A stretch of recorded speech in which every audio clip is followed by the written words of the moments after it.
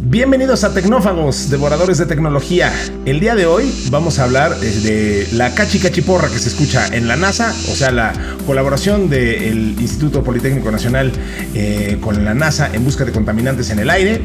Vamos a hablar de la saga de Ming, o sea, porque el imperio contraataca, es decir, la respuesta china al pleito con Estados Unidos. La lucha contra el cáncer desde el espacio.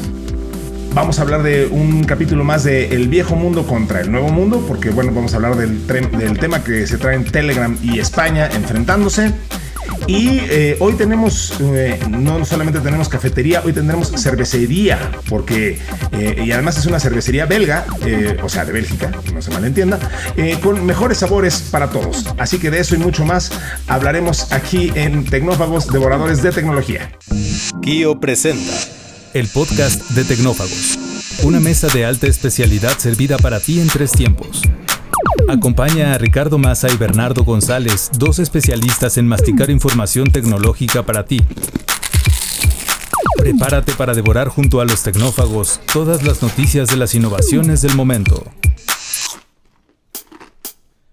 Muy bien, pues ahí está el menú del día de hoy y bueno, pues estos tecnófagos les agradecen muchísimo su atención. ¿Que quiénes son los tecnófagos? Se preguntará usted y yo le respondo que somos su servidor, Ricardo Massa, y del otro lado está mi querido amigo Bernardo González. ¿Cómo estás, mi querido Berni? Muy bien, muy contento. Aquí nuestro segundo podcast en video. Parece que ya le estamos agarrando la onda. A ver si nos dejan saber nuestros amigos en el grupo de Telegram qué les parece, si lo están viendo o no. Cualquier retroalimentación es buena. Totalmente. Yo insisto que no sé quién puede ganar algo Exactamente. Pero con todo gusto saludamos a la gente que amablemente escucha este podcast, que ahí con poca humildad, pero con mucho orgullo, decimos que nos mantenemos en el primer lugar de aceptación, de descargas, de escucha, al menos de la plataforma de Spotify, que es de donde tenemos métricas. El podcast más escuchado en la categoría de tecnología, lo cual les agradecemos profundamente y los invitamos a que, bueno, pues si están escuchando esto pueden tener más interacción con este podcast en nuestro grupo de Telegram, del Telegram del que hoy hablaremos. Simplemente buscan la palabra Tecnófagos y ahí estamos Bernie y yo. Y también nos pueden escribir un correo si gustan hacerlo de esa manera. Eso es tecnófagos@kio.tech de tecnología. Ahí estamos ambos escuchando sus comentarios sobre las notas, lo que quieren que mencionemos aquí, etcétera, etcétera. Pues para eso estamos a sus órdenes. Y Bernie, pues si no dispones otra cosa, pues ¿por qué no nos arrancamos de una vez? De una vez. La entrada de hoy. Una fresca selección con las noticias del momento. Platicar, ¿no? De este tema bien interesante, que nos da mucho orgullo, hablar de la colaboración que hizo el Instituto Politécnico Nacional, que está haciendo, mejor dicho, con la NASA. Los pormenores, pues es que el IPN efectivamente va a colaborar con la NASA en una misión suborbital a la estratosfera para investigar microplásticos. Este tema de contaminantes en el aire muy delicado que mucho afecta nuestra vida y cotidianidad. Entonces vamos a ver qué arroja este estudio. Se va a utilizar el módulo MDIS 6 desarrollado por el IPN para estudiar contaminantes en el aire y características atmosféricas. La misión, conocida como FY-25 o FY-25, partirá desde la base McMurdo en la Antártida y utilizará globos de sobrepresión para mantener el vuelo. El objetivo es desarrollar instrumentación para detectar contaminantes en la estratosfera, especialmente microplásticos, como decíamos. El equipo de trabajo incluirá expertos de varias instituciones mexicanas y el módulo utilizado, el llamado EMIDS 6, será sometido a varias pruebas técnicas en julio.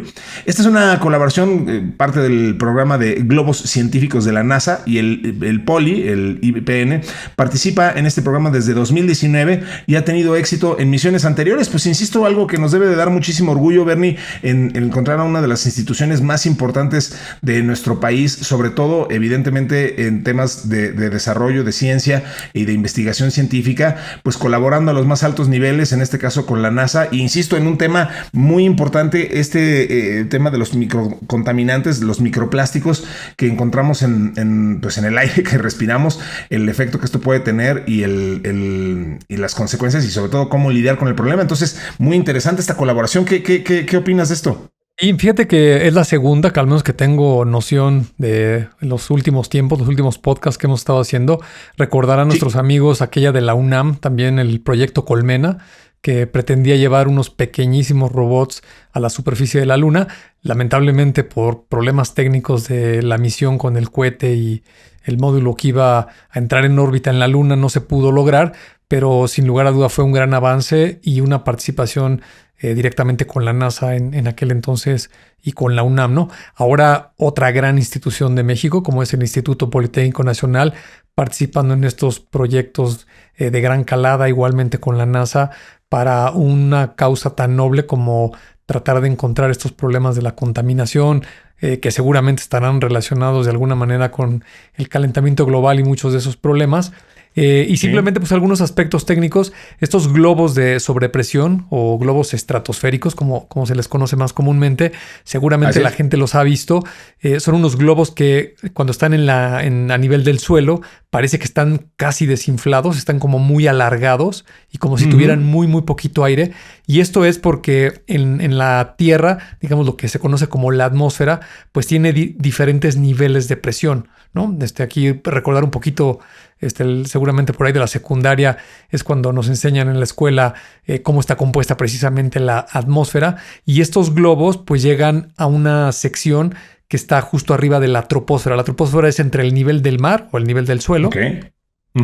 El punto de mayor presión es siempre a nivel del mar, hasta los 10 kilómetros de altitud. Ahí se termina la troposfera, es la primera capa.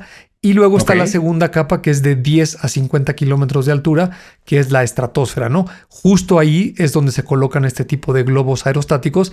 Y como ahí el aire ya es muy delgado, hay muy pocas partículas de aire. Recordemos que la atmósfera de la Tierra mayoritariamente está compuesta por nitrógeno, más o menos un 78%, un 21% de oxígeno y tan solo 1% de otro tipo de gases.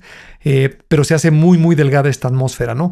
Los aviones, pues la mayoría de ellos vuelan entre los 10 y los 12 kilómetros de altura, digamos en la frontera entre la troposfera y la estratosfera. Algunos aviones privados, digamos estos jets muy modernos, llegan a alcanzar hasta los 15 kilómetros de altitud, pero digamos que son la excepción, ¿no? Entonces, en esa, digamos, capa que se llama estratosfera es donde van a colocar este globo. Entiendo que este dispositivo que está desarrollando el IPN va a tomar medidas pues de la temperatura, la humedad, la composición del aire, va a identificar estas partículas que estás diciendo, buscando precisamente residuos de plástico que pues, pueden ser muy dañinos, ¿no? Y fíjate que otro dato interesante, esta estación que mencionaste que se llama Mukdor, se encuentra en el Polo Sur. Es la estación más grande, la norteamericana. Tiene una capacidad durante el verano, que entiendo que es cuando van a hacer estas pruebas, por ahí del mes de julio.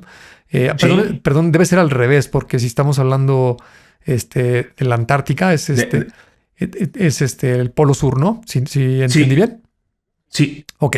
Sí, la Antártida es hacia el norte. Exacto. Entonces, si es en julio, pues va a ser el invierno, ¿no? En el Polo Sur.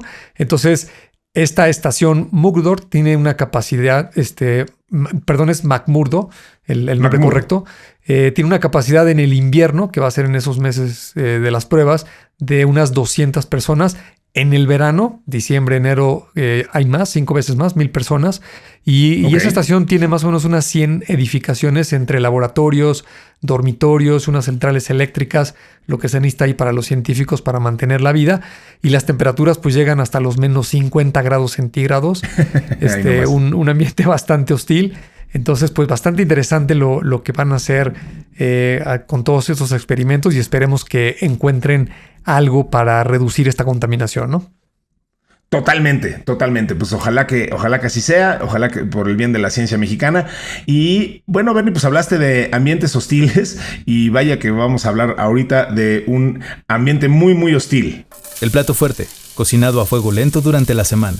Así es, Bernie, porque ambiente hostil el que se ha armado entre China y Estados Unidos Digo, he estado leyendo mucho al respecto y viendo documentales y tal, y bueno, no son pocos ya los autores que hablan de una nueva guerra fría.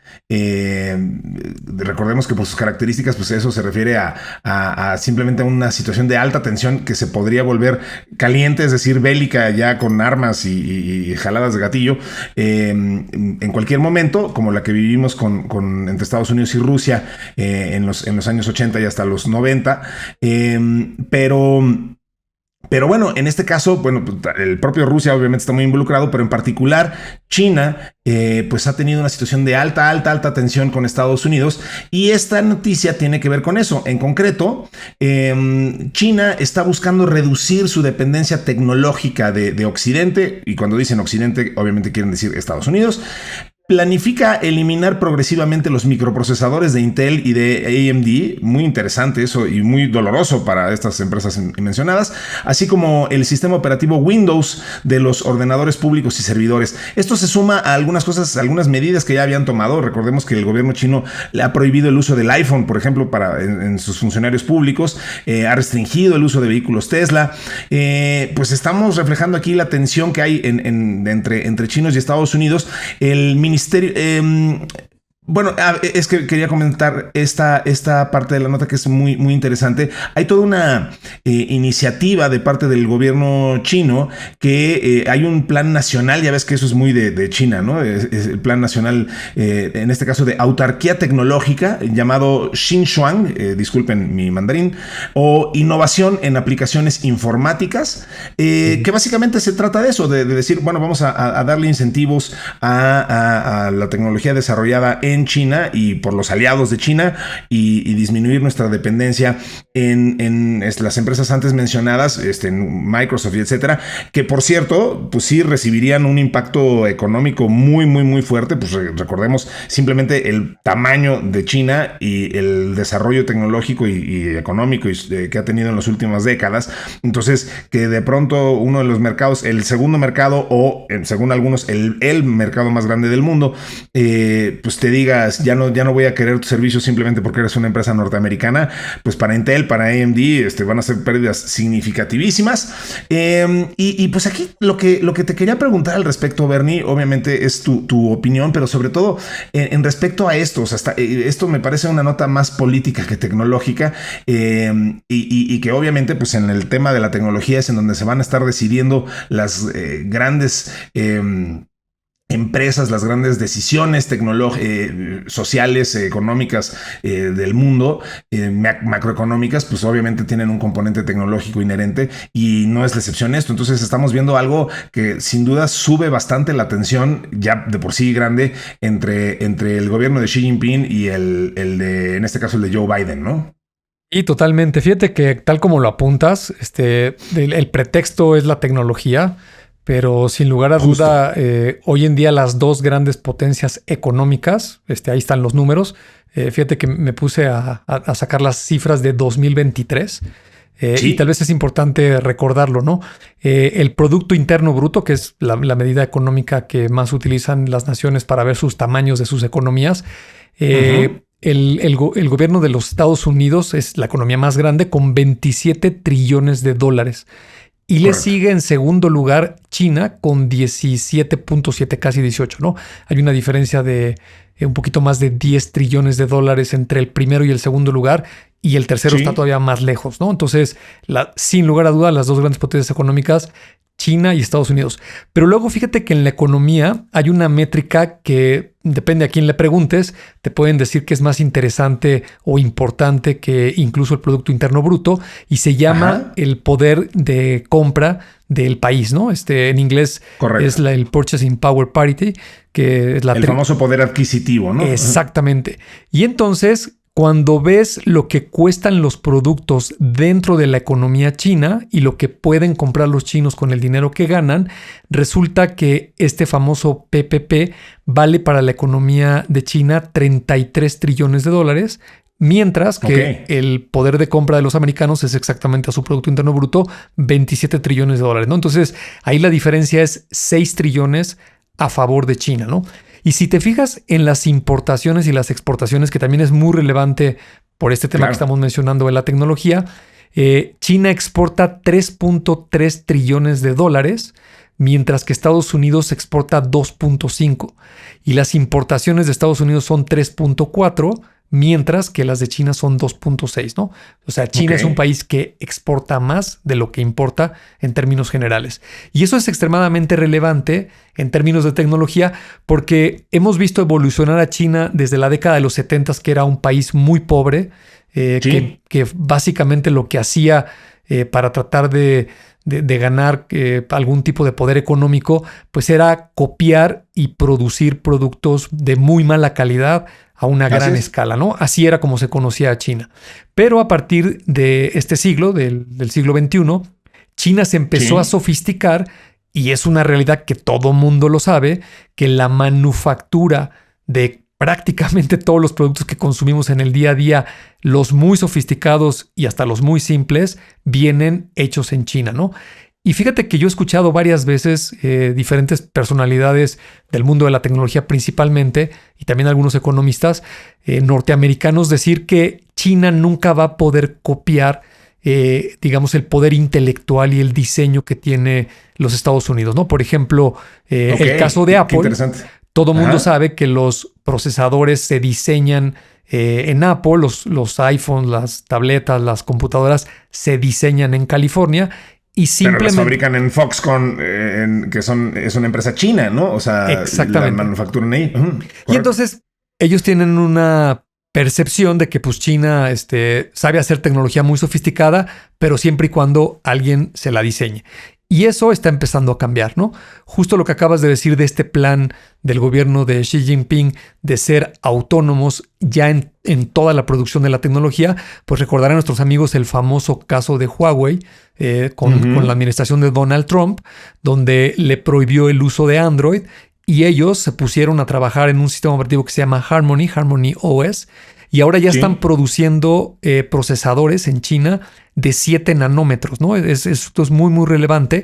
Y el otro aspecto que comentabas, el de los automóviles, pues también esta noticia que comentamos hace algunos meses de que la empresa BYD, el Bring Your Dream, está vendiendo más automóviles eléctricos en China que lo que vende la propia Tesla, ¿no? Y podrías pensar que Tesla tiene una restricción por el propio gobierno chino, pero también si lo comparas a nivel mundial, por ejemplo en México, no sé si ya tenemos 7 u 8 marcas de automóviles chinos y por lo menos 3 o 4 de ellas están ya comercializando automóviles eléctricos en México. México no es una potencia mundial, ni es uno de los mercados más grandes del mundo como para decir que China apuntó a México saliendo luego de China. Pues no, por lo general apuntan a Europa, a Japón, a Corea, economías mucho más robustas que la nuestra. Entonces este es un gran signo de lo que está sucediendo, ¿no? Mi opinión es de que este es un juego muy peligroso. Militarmente también China es ya probablemente la segunda potencia también después de Estados Unidos, y pues ya los cocolazos se pueden poner a un tete a tete, ¿no? Esto ya no es una cuestión donde los Estados Unidos tengan una gran ventaja sobre China. Me parece que no es así, y en un descuido pues se pueden meter en algún problema, ¿no? Y esto de los chips, lo último que quiero comentar, pues está la famosa fábrica taiwanesa, que por cierto China trae un pleito con Taiwán que dice que es su territorio, la compañía TSMC, que es la compañía que fabrica pues el 90% de los procesadores que se diseñan en los Estados Unidos, ¿no? Por eso la gran urgencia de estar llevando fábricas o a Estados Unidos, o por gran fortuna para nosotros en México, pues algunas ya se están incluso pensando instalar en nuestro territorio, ¿no? Eso que mencionas al final me parece interesantísimo. Amerita otra conversación no sé si en este foro, pero sí en muchos otros. Lo que esto representa como oportunidad para México. Digo, no estamos descubriendo ningún hilo negro. Siempre hemos sabido. A ver, hace rato decías, China se empezó a desarrollar de forma salvaje su economía hace algunas décadas, pues haciendo básicamente labores de manufactura. Lo que no mencionaste es que esa manufactura, mucha de esa antes se hacía en México, ¿no? O sea, eso desplazó a México por muchas razones económicas y lo que me digas, pero incluso, digo, es por todo sabido que resultó mucho más costeable para el mercado de Estados Unidos mandar traer cosas desde China, que está literalmente del otro lado del mundo, que de México, a pesar de la absurda cercanía que tenemos con ese país. Entonces, así de baratos resultaron estas soluciones y como bien dices, pues de ahí fueron morfeando y readaptando, y pues ahora estamos hablando de una China muy, muy, muy diferente de la que dejó Mao, ¿no? Entonces, sí, es muy, muy interesante lo que vaya a pasar. Yo usé a propósito el término de la Guerra Fría porque vemos cómo se está escalando esta tensión. Yo creo que la próxima elección de Estados Unidos va a ser súper, súper, súper importante y determinante en la política que vaya a seguir y el curso que vaya a tomar estos hechos de los que estamos platicando. Ya lo decías tú, Donald Trump tuvo una postura muy clara hacia Huawei. Joe Biden típicamente ha sido mucho más conciliador. No sé ni cómo. Sí, exacto. Ándale, qué buena palabra. Con China. Entonces vamos a ver a dónde lleva esto. Va a ser bien, bien, bien interesante y creo que lo dijiste perfecto. La tecnología es solamente el pretexto, la herramienta por donde está caminando todo esto, pero pues esto abarca todos los aspectos de la vida, así que bien haremos en estarle echando mucho ojo a lo que pasa en este conflicto escalante entre Estados Unidos y China. Bueno, y lo que sigue es algo extraordinario, Bernie. Sí. Me encantó esta nota. La lucha contra el cáncer desde el espacio. Sí. Híjole, a ver. Voy a tratar de dar el contexto lo más rápido posible. La startup BioOrbit está explorando nuevas fronteras en la producción de medicamentos contra el cáncer mediante el aprovechamiento de las condiciones únicas que ofrece el espacio exterior. Esto es maravilloso y en concreto de lo que están hablando es de los temas de microgravedad que se pueden obtener en el espacio exterior, por ejemplo, como en la Estación Espacial Internacional. En la Tierra, la gravedad afecta la cristalización de proteínas en medicamentos inyectables. Esto obviamente dificulta su producción. Entonces, estos cuates de BioOrbit se pusieron a pensar y dijeron, bueno, vamos a buscar producir medicamentos contra el cáncer en el espacio para superar este problema. Katie King, que es la fundadora de BioOrbit, cree en el potencial del espacio para beneficiar a la humanidad. Su formación es en nanomedicina por la Universidad de Cambridge y la llevó a explorar nuevas posibilidades en el campo de la ciencia espacial. La empresa planea probar el proceso en la Estación Espacial Internacional con financiamiento de la Agencia Espacial Europea. Entonces, básicamente van a poner una fábrica de medicamentos en la Estación Espacial Internacional y lo que buscan es comercializar la producción de medicamentos en el espacio aprovechando los beneficios de la microgravedad. Digo, Bernie, obviamente no entiendo muy bien cómo es que opera esto. Me refiero, tengo dos dudas fundamentales. Una es cómo opera este tema de la microgravedad y cómo incide en este proceso de la cristalización para los medicamentos contra el cáncer. Y digo, y además qué genial al que se le ocurrió, oye, pues entonces vayamos a un lugar donde no afecte el factor gravedad. Y la otra es cómo se podría hacer costeable una solución así o sea, me imagino que estarán pensando en irse de caballito en los cohetes que ya tradicionalmente y muy cotidianamente están enviando pues las empresas de Elon Musk y etcétera a la Estación Espacial Internacional como cargo. Supongo que ese será un poco el modelo de negocio a largo plazo que estarían pensando estos cuates de BioOrbit, ¿no? Y absolutamente. Fíjate que es una nota increíble porque tiene varios tintes, ¿no? El primero de ellos, la fabricación de estas drogas, estos cristales para tratar de combatir pues uno de los males más terribles que tiene la humanidad, que es el cáncer, este crecimiento en las células. Los científicos ya desde hace varias décadas han descubierto que en este ambiente de microgravedad, y déjame hacer un paréntesis porque a mí me parece increíble cuando alguien dice microgravedad, porque tendemos esta idea de pensar que en la estación espacial o cuando ya estás en órbita, pues simplemente no hay gravedad. Y eso es correcto, falso, ¿no?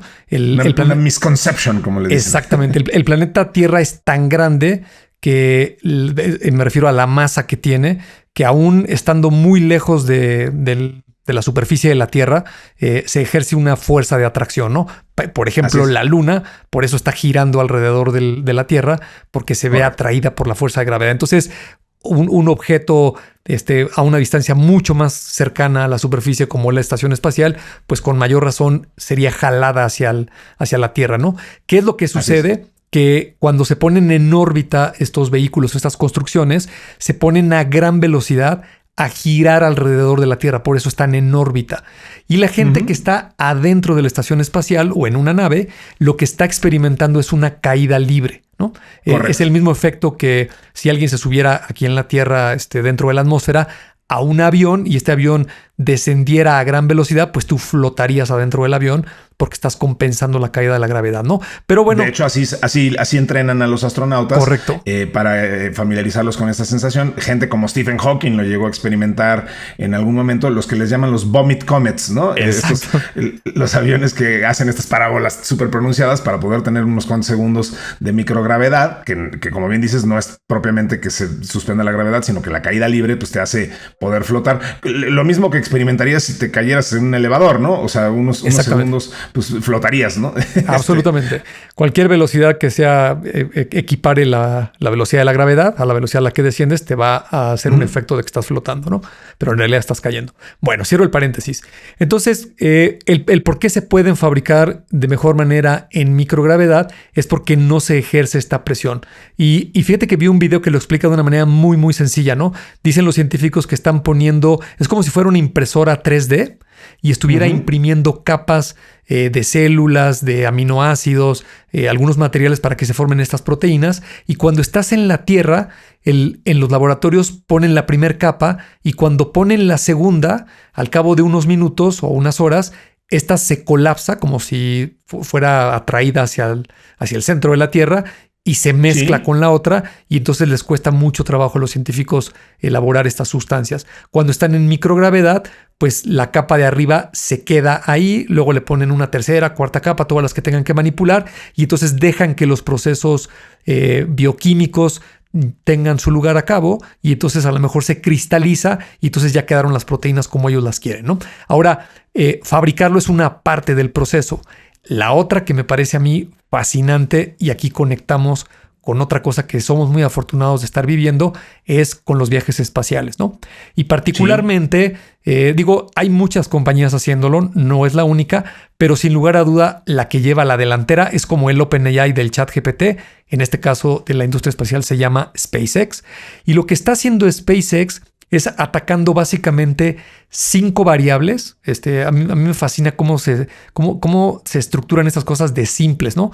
Para poder estar subiendo los materiales, la materia prima a estos ambientes de microgravedad, poderlos manipular y fabricar estos cristales, estas proteínas que se van a convertir en medicamentos y luego regresarlos a la Tierra para poderlos aplicar como un tratamiento a una persona que tenga alguno de estos padecimientos, pues el truco está en los costos, ¿no? Básicamente.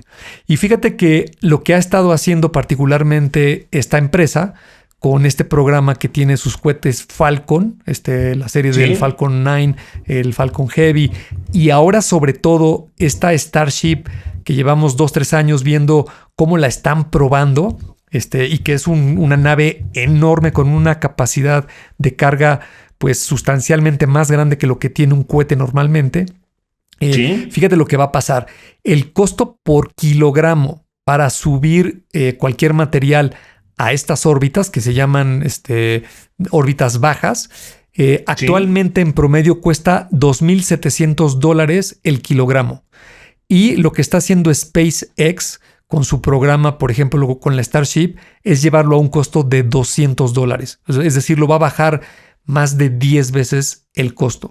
Después, la capacidad de los cohetes más o menos tienen entre unas 20 y 23 toneladas, es lo que pueden llevar, mientras que la Starship promete llevar alrededor de 100 toneladas de peso. Eso es muy relevante, ¿no? Es 4 veces o 5 veces más lo que se tiene actualmente en promedio, ¿no? El lanzamiento, la frecuencia con la que se lanzan los cohetes, lo que estábamos acostumbrados a ver, pues era cuando alguien lo hacía muy rápido, pues de un mes para otro o a veces de un trimestre para otro, poder recuperar el cohete, revisarlo, ensamblarlo y volverlo a lanzar. Lo que va a hacer la Starship de SpaceX es hacer lanzamientos semanales o diarios, ¿no? Incluso tienen un plan muy ambicioso para bajarlo a horas con esta famosa estructura que tiene estos especies de chopsticks que van a atrapar la primera fase del cohete y luego descendería la Starship con la carga que traiga del espacio o cuando vaya a despegar llevar la materia prima, ¿no? El cuarto, es el tiempo que les toma a estas empresas para poder reutilizar estos cohetes o estas naves, todos sus componentes, y pues lo mismo, ¿no? Lo van a bajar a días o a horas en vez de meses, ¿no? Y el último es la reusabilidad que tienen los materiales, donde para empezar la industria tradicional espacial, lo que es la segunda fase de la nave, la que entra en órbita, esa por completo se pierde porque es muy difícil reingresarla a la Tierra, y la primera fase pues caía en el mar y había que rehabilitarla y una serie de cosas, ¿no? Ahora lo que promete la Starship de SpaceX es que ambas fases, el cohete propulsor y la propia nave, los dos regresen a la base y en unas cuantas horas o un día máximo pues se puedan volver a utilizar, ¿no? Entonces la verdad que lo que es la industria de fabricación espacial es algo que tiene una gran oportunidad para que se puedan desarrollar cualquier cantidad de productos o incluso hasta servicios, ¿no? Hablando de entretenimiento o el turismo espacial o algunas otras cosas que se nos ocurra a la humanidad poder hacer, pues con estos costos, va a ser totalmente factible. Pues qué maravilla y que efectivamente estemos acercándonos a un punto donde eso infrinja de forma directa en los costos, los abarate. Tú nos lo has explicado varias veces cómo funciona ese modelo, que al final es un modelo macroeconómico, pero en el caso de la tecnología, pues justo se nota mucho cómo incluso algunos teóricos y gente que hemos escuchado tú y yo en conferencias, gente de Singularity University y tal, pues siempre dicen que esto tiende a cero, ¿no? O sea, siempre los costos tienden a cero. En el caso de la tecnología es muy dramático eso porque pues esa curva tiende a ser muy rápida y muy acelerada. Así que vamos a ver qué pasa con esto y pues todos queremos viajes espaciales mucho más baratos, pero sobre todo si van a facilitar este tipo de soluciones como lo que está buscando esta extraordinaria iniciativa de esta empresa de BioOrbit para lograr medicamentos contra el cáncer más baratos, pues qué maravilla. Siempre queda un espacio para el postre. Bien, este tema, Bernie, surgió justo en nuestro grupo de Telegram, irónicamente, porque tiene que ver con Telegram, que es sobre el pleito casado que se traen en España con esta plataforma, ¿no? Con Telegram. Lo último que sucedió es que el Tribunal Supremo de España suspendió su propia orden que bloquearía los servicios de la aplicación de mensajería de Telegram en el país, mientras espera un informe policial sobre el impacto que tendría la prohibición temporal en los usuarios. El juez Santiago Pedraz había acordado suspender los servicios de Telegram en España mientras investigaba las denuncias de varias empresas de medios de comunicación que afirmaban que la aplicación permitía a los usuarios cargar su contenido sin permiso. Ahorita ahondamos un poquito en eso porque está muy interesante y la verbalización no ayuda mucho, pero a ver. Sin embargo, Pedraz decidió detener la aplicación de la orden y en su lugar encargó un informe a la Policía Nacional, como decíamos, sobre las características de Telegram, así como sobre el impacto que la suspensión temporal podría tener en los usuarios. Empresas de medios, las más importantes de España, como A3 Media, Mediaset, Geda y Telefónica, han demandado a Telegram por lo que describen como infracción continua de derechos de autor en la aplicación. Muy interesante. Telegram se ha negado a comentar sobre las acusaciones. La Asociación de Consumidores Españoles, FACUA, dijo que acogía con satisfacción el hecho de que las reacciones a su medida hayan llevado al juez a reflexionar sobre el enorme impacto que tendría y esperaba el informe policial lo llevara a revocar la orden. Telegram es el cuarto servicio de mensajería más utilizado en España, siendo utilizado por casi el 19% de los españoles encuestados. ¿Ante qué estamos, Bernie? Porque es bien interesante esta queja de varias empresas diciendo que una plataforma de mensajería está infringiendo sus derechos de autor y sobre todo, pues, ¿qué es lo que está haciendo Telegram que no hagan pues todas las demás? Porque como decimos aquí, este es el cuarto servicio de mensajería más utilizado, lo cual significa evidentemente que hay otros 3 arriba que todos conocemos. Entonces, pues, ¿qué es? O sea, ahora sí que ¿por qué la tirria contra Telegram? ¿Qué pasó ahí en España? Pues fíjate que es un misterio, porque efectivamente, ¿no? Si lo vas a juzgar por lo que acabas de leer literalmente de estar publicando las ligas de portales o contenido de otros sitios, pues deberían de multar en primer lugar a Facebook, en segundo lugar a Instagram, y a muchos otros, porque Telegram ocupa como el 6º o el 7º lugar, al menos en número de usuarios activos al mes, ¿no? Me parece a mí que tal vez el tema puede venir por la propia funcionalidad de Telegram.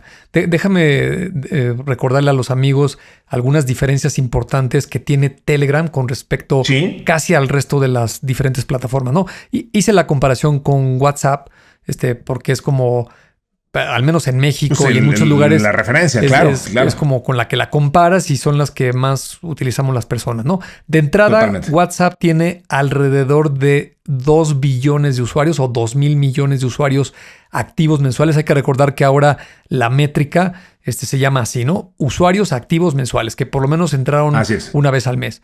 Entonces, WhatsApp tiene 2,000 millones y Telegram tiene 700 millones, ¿no? Es casi una tercera parte de lo que tiene WhatsApp. Ahora, aquí hay una cuestión muy importante que especificar.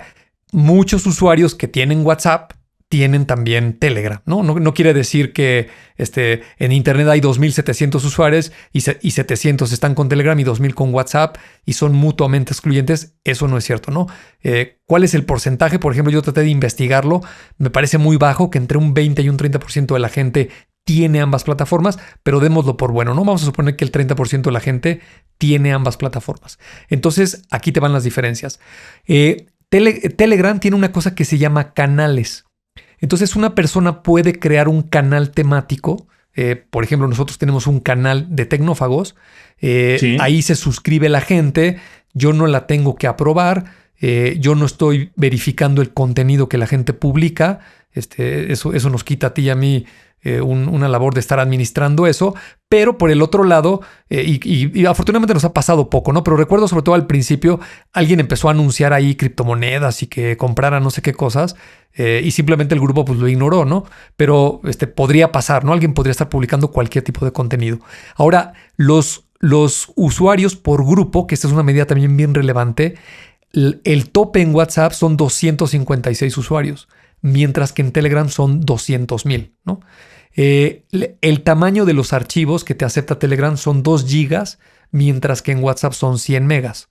Y otras funcionalidades, ¿no? Por ejemplo, Telegram tiene unos robots que te ayudan a hacer muchas tareas dentro de estos grupos o de estos canales, mientras que WhatsApp no lo tiene. Entonces, pareciera que esta versatilidad que tiene Telegram hace de manera natural que los usuarios pues se reúnan por cuestiones de comunidad, por temáticas de interés y compartan contenido, pero no están haciendo nada que no pase en otros lugares de Internet, ¿no? Y seguramente estos medios se quejaron específicamente contra Telegram y de ahí vino esta amenaza de que lo iban a cerrar, y luego creo que cuando vieron las consecuencias el juez se echó para atrás y dijo no, esto va a salir peor si lo prohibimos, porque efectivamente tú ves ahorita que un 15 o un 20% de los usuarios españoles están en Telegram. Yo por ejemplo investigué que un 19% dice esta encuesta. Yo busqué otra fuente y decía que hay 20 millones de usuarios en Telegram y 40 millones en WhatsApp. Podrías pensar que la mitad están en Telegram, pero otra vez muchos están en ambas plataformas, ¿no? Muchos estarán repetidos y como bien dices, no necesariamente es la métrica que quieres para medir el impacto, ¿no? O sea, correcto. Aquí el tema es cuántos lo utilizan regularmente, cuando lo utilizan, ya no es un tema nada más de tener ahí a las masas que como nos había acostumbrado hace algunos años Facebook, ¿no? Decir, pues ya tengo aquí a prácticamente toda la humanidad. Ok, sí, pero ¿cuántos realmente la utilizan y para cuántos es relevante? Exactamente. Y digo, este es un comentario mío, subjetivo, pero la empresa Meta tiene demasiado poder y la burra no era arisca, ¿no? Ya vimos todo lo que ha hecho en el pasado y yo estoy mucho más preocupado de lo que puede hacer WhatsApp o Instagram o Messenger de Meta con los datos y la privacidad que lo que pudiera hacer Telegram, ¿no? Y eso que el fundador de Telegram es de origen ruso, también hay que tomarlo con un grano de sal, pero sí. Parece, por tener una posición menos dominante, al menos en el mercado, que pudiera ser tal vez un poco menos amenazante, ¿no? Pero bueno, esperemos que nuestros amigos en España, hay gente que nos escucha por allá, a ti y a mí, puedan seguir utilizando Telegram y no se los restrinjan, ¿no? Así es. Un saludo a nuestro querido amigo Javier Jarilla, que sé que de pronto se da sus escapadas a escucharnos. Y claro, a toda la gente de España que nos hace favor de escucharnos. Así es. Pues bueno, vamos a ver qué sucede con esta telenovela entre España y Telegram. Bien interesante, justo como dices, o sea, cómo escogieron ese tema, ese target, y lo que eso representa para las demás plataformas de mensajería instantánea. Le vamos a dar seguimiento sin duda. ¿Algo de la cafetería? Aquí tienen una dosis cargada de inteligencia artificial.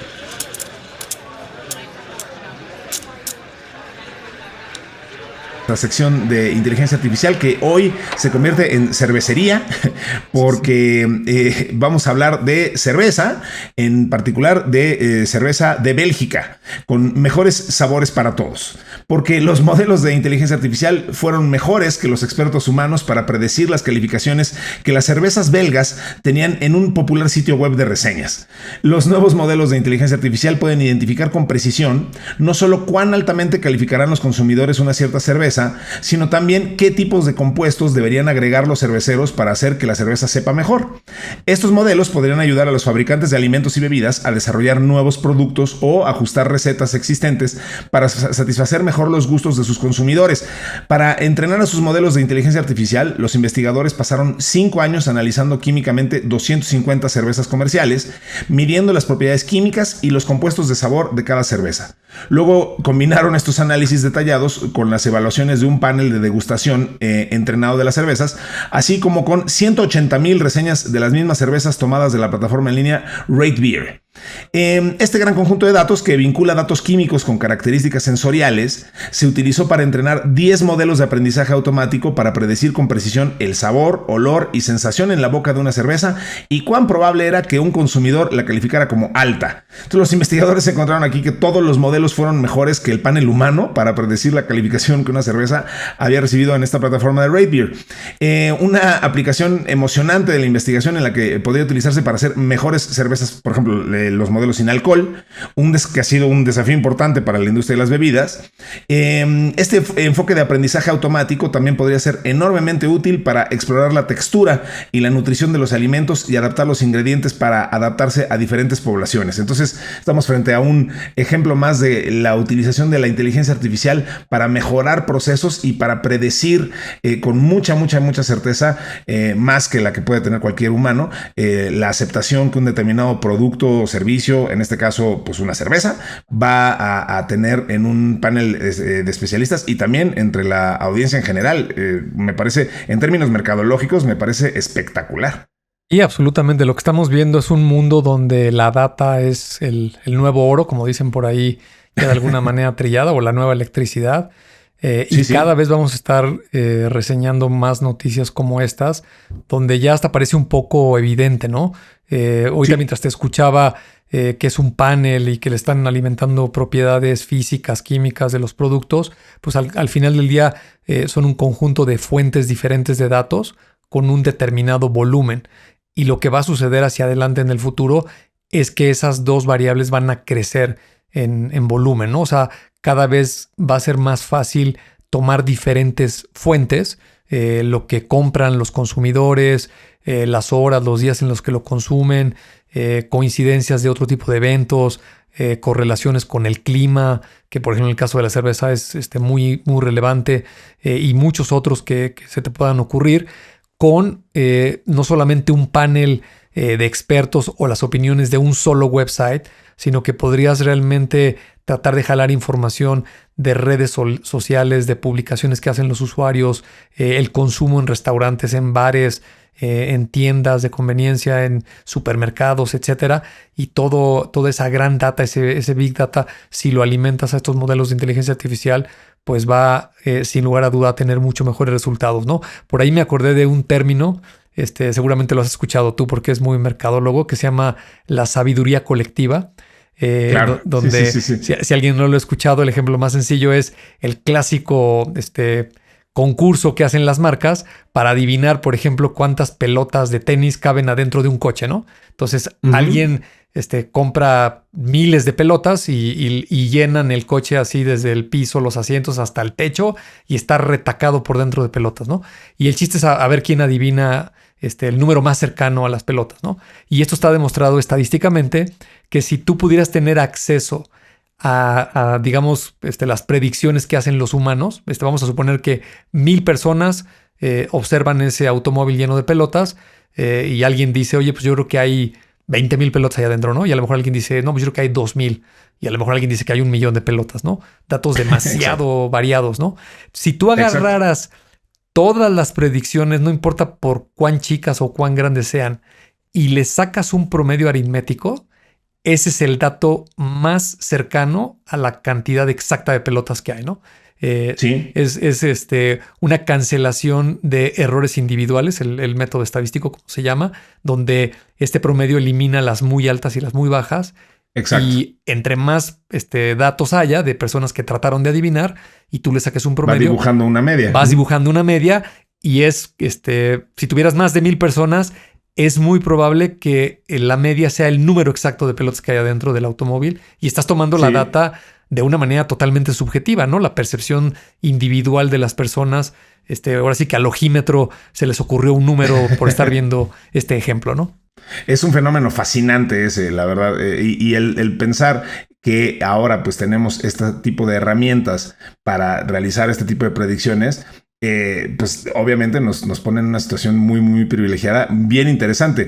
Ni siquiera lo había enfocado así, como nos lo estás explicando ahora, en este tema de sabiduría de masas, pero justo, o sea, tú le puedes preguntar a ChatGPT, pues cuántas monedas de 10 pesos caben en un garrafón y te va a hacer una explicación, pues pensando en el diámetro de las monedas. Obviamente, va a considerar muchas variables y acomodos y tal, pero ya es relativamente sencillo y estos concursos que antes eran muy, muy cotidianos, pues ahora ya tienes que tener ese tipo de consideraciones pensando en que este tipo de herramientas lo resuelven con bastante facilidad. Qué interesante. Sí, pues bueno, Bernie, pues se nos acabó el tiempo, voló, la verdad, y a mí no me queda más que agradecerte mucho, agradecerle a Mario Terrés en la edición, a Roger Flores en la redacción, a Diana Álvarez en la producción y por supuesto a toda la gente que nos hace favor de escucharnos y de conversar con nosotros en el grupo del tan vilipendiado Telegram por España. Sí. Y en donde nosotros, como aquí no ha pasado nada de eso, pues aquí en México seguimos esa conversación con todos ustedes ahí en esa plataforma, si estás de acuerdo, mi querido Bernie. Así es, pues si no hay más, nos vemos y nos escuchamos la próxima semana en el siguiente episodio. Eso será aquí en Tecnófagos, Devoradores de Tecnología. Muchas gracias a todos, hasta pronto.